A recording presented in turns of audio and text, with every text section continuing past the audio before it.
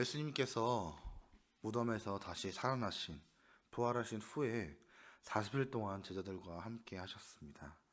그리고 승천하실 때가 가까워서 예루살렘에서 약 5리 정도, 5리 정도 거리에 감람원이라는 곳이 있었는데 거기에 예수님과 제자들이 함께 모였습니다.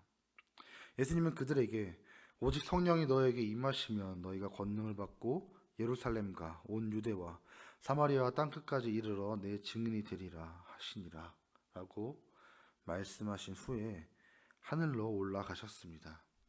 그리고 그 승천하신 광경을 거기에 있던 사람들이 다 보았습니다. 그리고 마가의 다락방으로 자리를 옮겼는데 그때 그 수가 120명이나 되었습니다. 이들은 마가의 다락방에 모여서 예수님 말씀대로 성령을 기다렸습니다. 그런데 그들이 성령을 기다리며 한 일은 두 가지입니다. 바로 한 마음과 한 뜻으로 기도한 일과 또한 사도를 새로 뽑는 일이었습니다. 14절을 보면 여자들과 예수의 어머니 마리아와 예수의 아우들과 더불어 마음을 같이하여 오로지 기도에 힘쓰더라 라고 하였습니다. 예수의 제자를 포함하여 예수를 따랐던 이 120명의 사람들이 단순히 성령을 마냥 기다린 것이 아니라 기도했다라고 오늘의 말씀은 증거하고 있습니다. 그 이유는 바로 기도하는 자에게 성령이 임하기 때문입니다. 이들이 기도하는 모습을 보면 먼저 마음을 같이하여 기도했습니다. 마음을 같이 했다는 말은 하나의 목표를 가지고 같은 마음으로 기도했다라는 뜻입니다. 개인의 기도가 아니라 마음을 모은 합심 기도입니다. 공동체가 한 곳을 바라보고 기도하는 것은 그 공동체가 오로지 다 같이 주님만을 바라보고 있다는 뜻입니다. 또한 두 번째로 오로지 기도에 힘썼다라고 하였습니다. 오로지 힘쓰다라는 말은 헬라어로 프로스카라테 툰테스라고 합니다. 이 말은 흔들리지 않고 지속적으로 끈기 있게 힘을 쓰는 것을 이야기합니다. 오로지 기도에 힘썼다는 것은 그렇게 포기하지 않고 끝까지 인내하며 기도했다는 의미입니다. 하다가 많은 기도가 아니라 응답이 없으면 포기하는 기도가 아니라 응답이 있을 때까지 기도하는 것입니다. 우리는 대부분 기도하다가 중단할 때가 많습니다. 보통은 기도의 응답을 받지 못하였거나 혹은 내가 원하는 대로 상황이 이루어지지 않을 때 중단하는 경우가 많습니다. 제자들은 예루살렘에 머물면서 얼마나 기다려야 하는지 또 얼마나 기도해야 성령이 나에게 임하는지 하나도 알지 못하였습니다. 예루살렘은 그들을 죽이기 원하는 자들로 넘쳐났기에 그곳은 너무나 위험한 장소였습니다. 그들은 그곳에 오래 머무르면 머무를수록 그들의 안전을 장담할 수 없었습니다. 하지만 오늘 본문은 오로지 기도에만 힘썼다라고 우리에게 말하고 있습니다. 나를 둘러싸고 있는 상황이 어떻든지 간에 내가 얼마나 위험하건지 간에 오로지 응답을 받을 때까지 끝까지 인내하며 기도했다는 것입니다. 기도의 가장 큰 장애물은 응답이 없어 낙심하는 것입니다. 사람들은 기도하다 응답이 없으면 낙심하고 포기합니다. 하지만 오늘 본문의 말씀 우리에게 분명히 끈질기게 기도하라고 말하고 있습니다. 우리가 이 말씀을 통하여서 오로지 응답이 없다 낙심하는 것이 아니라 주님께서 가장 적절한 때에 적절한 응답을 주실 것이라 믿고 끈질기게 기도할 수 있는 믿음이 있었으면 좋겠습니다. 그리고 마지막으로 새로운 사도를 뽑았습니다.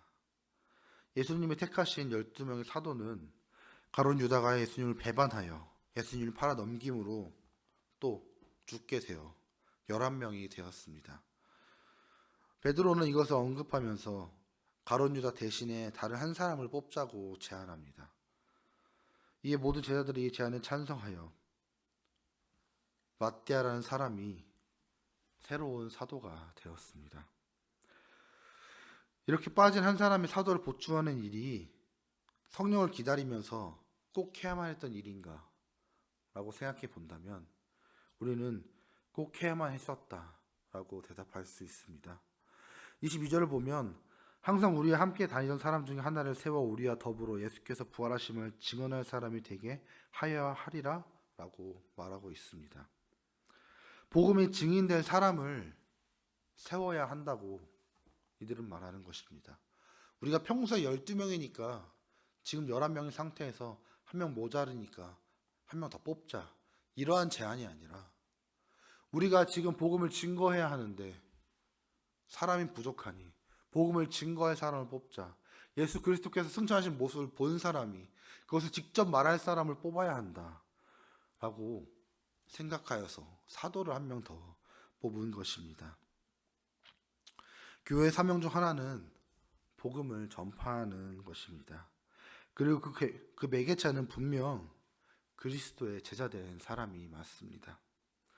교회의 가장 기본적인 본질은 복음을 전파하여서 믿지 않는 자들을 믿게 하는 것이며 죽어가는 영혼을 다시금 주님께로 돌아오게 만드는 것입니다. 그리고 그 일을 헌신할 사람을 계속해서 세워가는 것이 교회의 역할입니다. 예수님이 승천하시면서 이들에게 남겼던 그 지상명령을 이루기 위해 이 120명의 제자들을 함께 모여서 한 마음으로 오로지 기도에 힘쓰며 그 일을 해나갈 사람을 뽑은 것입니다. 우리 또한 이 120명의 제자와 같이 기도에 힘쓰며 복음에 증인된 자를 세워야 합니다. 정확히 말해서는 내가 기도에 힘쓰며 내가 오로지 한 마음으로 기도하며 또 내가 바로 그 복음에 증인된 자가 되어야 하는 것입니다. 기도를 통해 준비하며 복음에 증인된 자로서 세상 가운데 살아가야 하는 것입니다. 제자들은 성령을 받기 전에 이 일들을 해나갔습니다. 그리고 성령을 받고 전 세계로 뻗쳐나가서 실제로 예수님이 누구인지, 왜 예수님을 믿어야 되는지 그것들을 전하였습니다. 어떤 박해가 있을지라도 포기하지 아니하고 죽을지언정 그것을 멈추지 않았습니다. 어쩌면 성령을 받은 이들이 가장 먼저 준비해야 될 마음가짐이 오늘의 말씀인 것 같습니다. 항상 기도하며 한 마음으로 오로지 기도에만 힘쓰며 또한 복음의 증인된 자가 되기 위하여 마음을 먹는 것이 바로 우리가 해야 될 일인 것입니다. 그렇게 우리가 기도에 힘쓰며 복음의 증인된 자로서 땅 가운데 나아감으로 말미암아 이 땅 가운데 예수 그리스도의 복음을 널리 전파하는 저와 여러분이 되기를 주님의 이름으로 소망합니다.